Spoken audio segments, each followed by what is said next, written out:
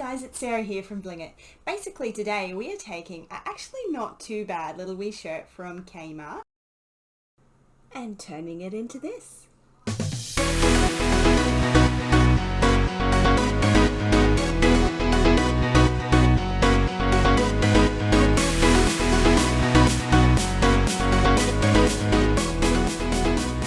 Guys, so here are the materials that I'm going to be using for today. I've got some fabric to make a couple of little circle patches. I have some trim to go around those. I am using a cotton woven because I'm not doing a very big patch. I'm not going to need it to stretch. It is a consideration though if you're going to be doing a larger design. You also don't want to be putting this somewhere where you're not going to be able to get your sewing machine under one area of the design. If you don't have a sewing machine, these things are small enough that you can just hand tack on. So see how you go with that.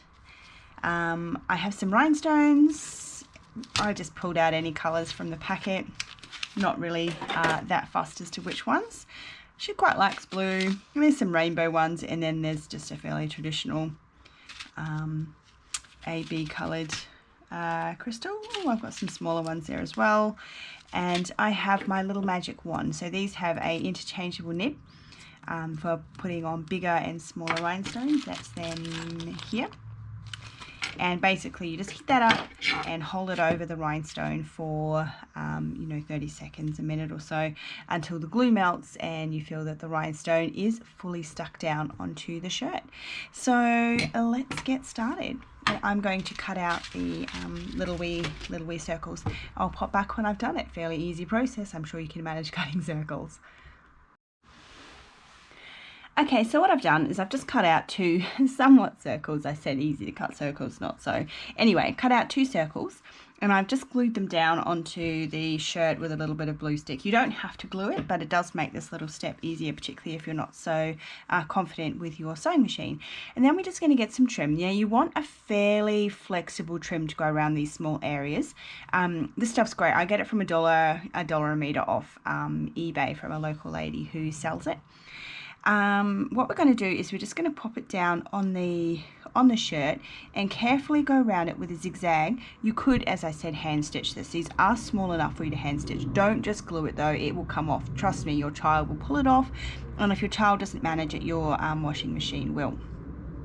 And we're just going to carefully go through and zigzag those onto the shirt.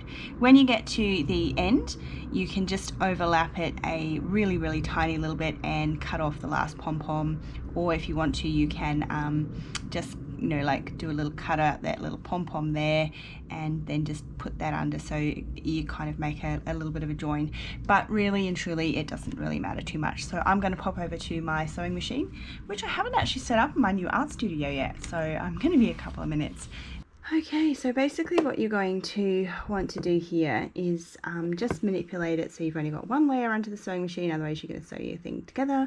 And you do this. You just make sure you don't put anything like this in a position where you can't single layer your fabric. Like so on the very top part of your sleeves you might struggle, or actually the middle of your sleeves you'll probably struggle. Top you might be able to get in through the neck. And we're just going to zigzag. So my machine's just set on a stand. This is not one of my older machines because my other ones are all out of action. It's just set on 3 standard size, and we're just going to carefully sew around here, which I can't show you because I have to hold the camera. Just make sure as you're sewing along that you are catching both the fabric underneath and the trim.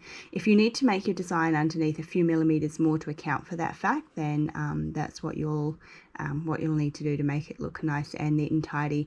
The other thing you can also do is if you make it a bit bigger and then draw a stitch line, or a line where you butt this up to, that might make things a little bit easier for you as well. And simply don't pull it too tight, because this stuff does have a tendency to sort of shrink and move around a little bit. So not pulling it really tight as you go, like you might like elastic, will help. Just maybe just squash it in just a little bit so it's fairly slack on the item. And we're just going to sew along. Okay, and as I said, when you get to the last little bit, if you just chop off the base of the pom-pom itself on the one at the very end, it will just create a little bit smoother. So there we go. We'll just get rid of that tiny little bit there, just shave off the top of it so you've got a little bit of a flatter place to go through. So apparently using my older sewing machine wasn't such the best plan because I managed to break it during that, so it's a little bit of a mess, but I think you will get the idea. Let's take it back to the table. So here we are back at the table with my sewing machine that broke in that last one, which is not so fantastic because I have 3 sewing machines currently at the shop all in repair at the moment, so that's not the best plan. But anyway, we've got our little circles put down on here. The key important things with this are that you make sure that it's your purple shape that is in the shape that you want it to be. It doesn't matter if there's a little bit too left over here, as long as it's stuck down. And you start and finish with a back tack stitch so it's not going to come off. And don't pull it too tight, like I said. These little shapes are harder than doing a big shapes. Like I often do one that's got like a big heart shape in the middle of here. They are much easier to maneuver around your sewing machine than using these smaller shapes. So now we're going to get on and maybe just do a quick little bit of some painting and add in some sparkles. Okay, so the next thing we're going to do is pop on some little sparkles. So I've just got some Rainbow AB, I'm not sure what the colour that is, it's some sort of a pale blue, and they're Crystal AB as well. These are all obviously not plastic stones because I'm putting them on with heat. They are the lead crystal ones. Not very expensive ones, they are ones that come from China. Not Swarovskis or anything like that. So find a little pattern. Bear with me while I find a little pattern that I want to do. In the shirt I have just put a wooden block so I can not damage anything underneath or glue it to the back of the shirt. So always make sure you've got something behind it so you can't accidentally glue it to the shirt.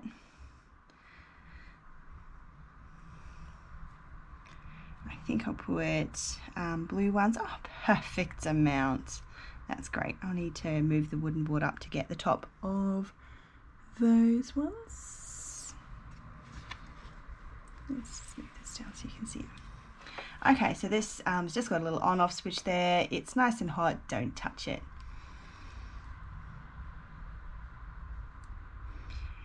And I'll fast forward while I do this a little bit.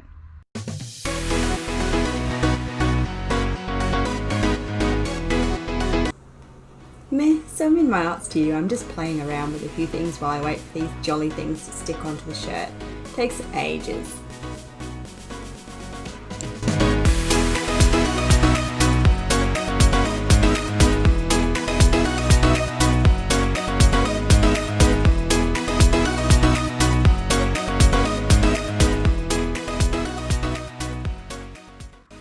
Okay guys, so now I'm just starting to do the rhinestones on the butterflies themselves.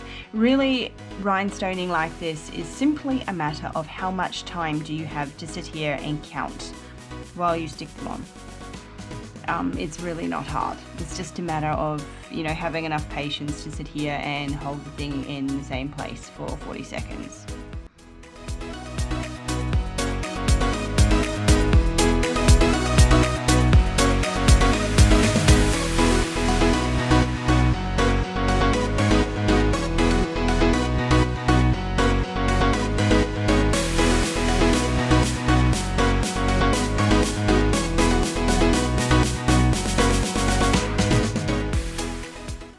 Okay, so I have now done all the sparkles that I can be bothered doing on this shirt.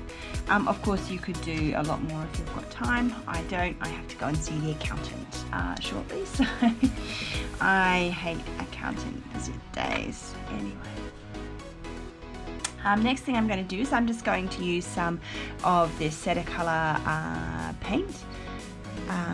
It's fabric paint, and it's able to be washed. And all I'm going to do is just add in some more gold.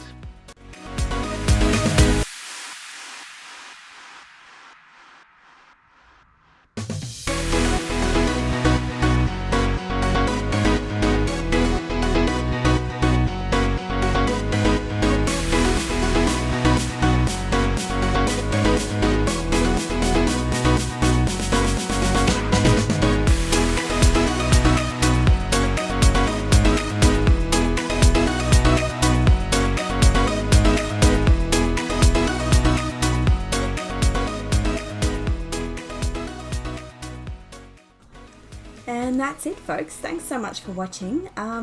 Please stick around. I'll be doing lots more of these t-shirts over the coming months. I make them all the time for my daughters anyway, so I might as well just keep filming them. I have done a few over on another channel, but we'll get back to that soon anyway. If you've got any requests or questions or anything like that, just let me know in the comments below, and please subscribe and leave a like. I'd love to see you around. Here we go, and there's the finished shirt.